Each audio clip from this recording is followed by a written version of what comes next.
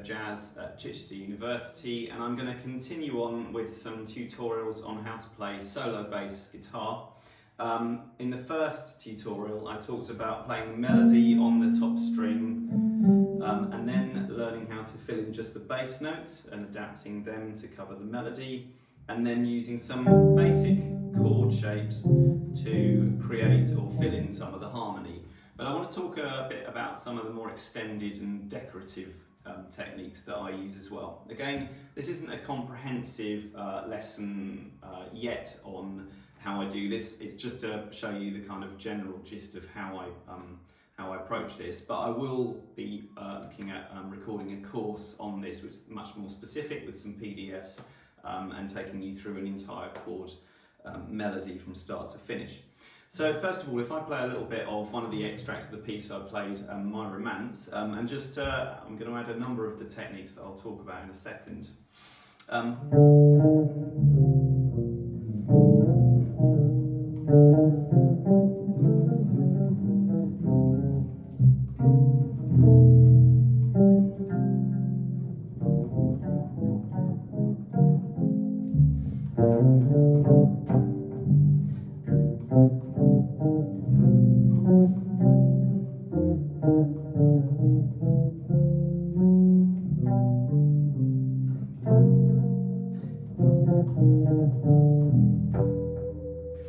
so on. So in that I've used a number of ideas, and if I'm just going to confine this tutorial to a few of them.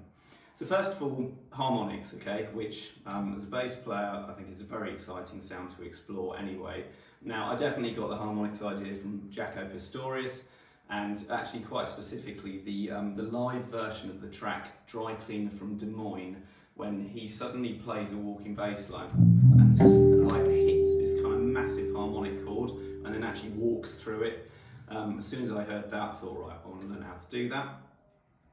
And actually, I don't know whether it's available anymore, but there is a book, or there was a book, on all kind of bass harmonic chords. And I managed to get hold of a copy, this was years ago, and then slowly worked my way through all of these kind of different possible chords that you can play. Now, I don't doubt on the internet there's all sorts of tutorials again on bass harmonics and various things like that, and when I record the course I will show some quite specific ideas. But what I did really was not particularly systematic. I just learnt, like, you know, where you could play the main kind of harmonic sounds, and then slowly worked out what root notes, you know, worked over them. So I can have a D major 7, C major 7, B flat major 7, E major 7, B, and so on. So all of these kind of harmonic chords basically I built up bit by bit. So when I intersperse them, I generally, personally, either pluck the harmonics with these fingers and my thumb, or sometimes I will rake the harmonics, and occasionally I'll even use my pick to actually kind of rake that way on the harmonics, depending on how big the actual harmonic is. So if I'm playing from the 5th string and actually you're holding an entire harmonic chord like F, then I might use an entire sweep to try to kind of really exaggerate it. I also quite like bending the harmonics just to get an amusing sound occasionally. So it's not particularly systematic, but over the years I kind of collected a whole series of different chords, some of them, you know, influenced by Jaco Pastorius, some of them from various other sources. When I put them in, I can even, you know,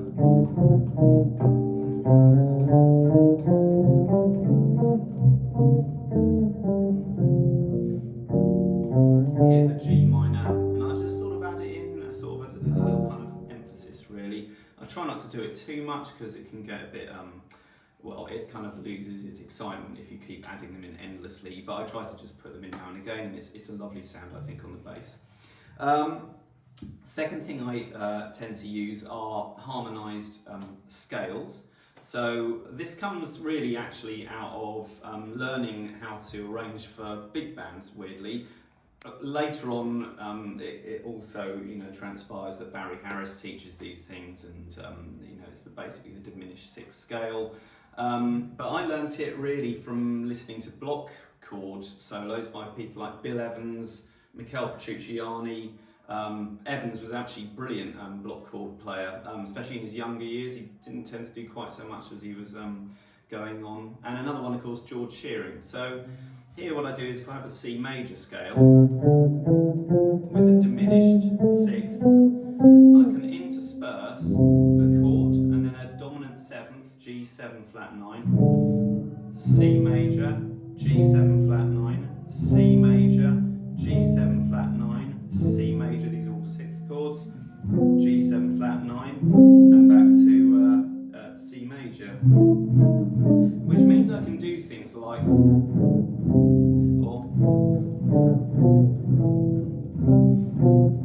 which gives me all this lovely kind of flexibility again of kind of moving around chord sequences and not just being stuck with the actual major shape itself. This can also be done for minor sixth chords.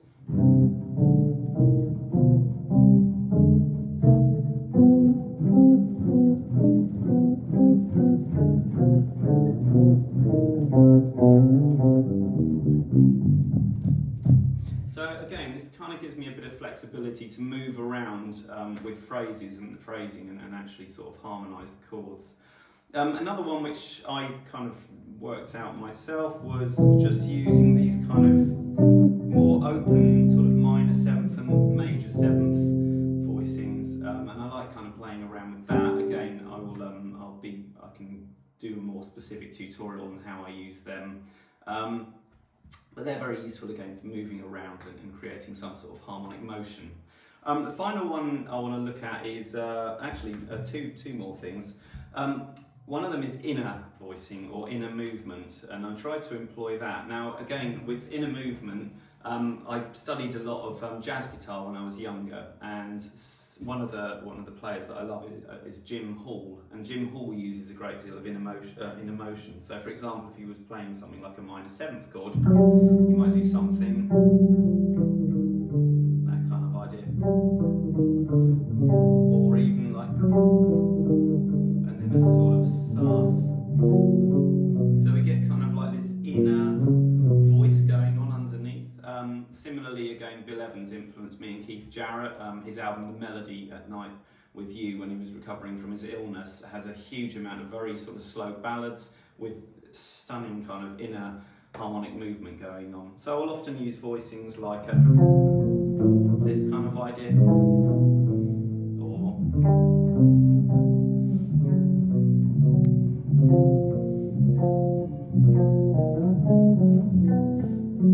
so I've got this kind of inner motion going on as well, and part of that comes from advice from Joe Pass, who is also a superb solo instrumentalist, who said that one of the tricks is not necessarily to constantly be doing loads of things, but to kind of hint that motion is going on.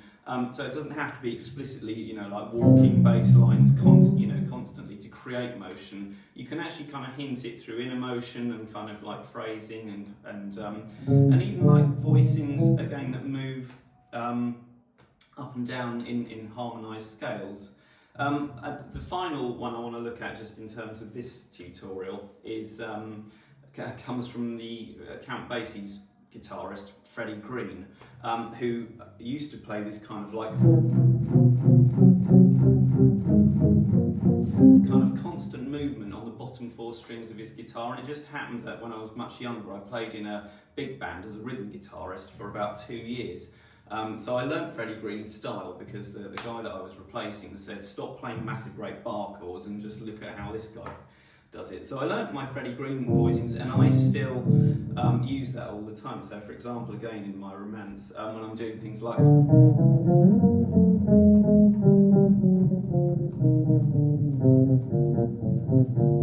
so all of those kind of movements come out of kind of Freddie Green, and also banjo playing, which I also played when I was younger, when we got this kind of like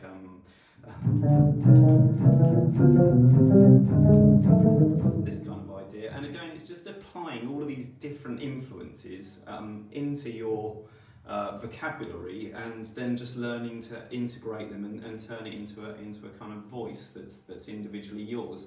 So this is one of the things I always encourage any students to do, really, that I'm teaching, is to take influences from multiple kind of genres and different instruments, and actually then create this kind of vocabulary that sort of interests you. And slowly you'll create a kind of organic approach to how you play music. Anyway, I will, in a follow-up tutorial, look at a few other techniques I do, but hopefully that is useful. Thank you.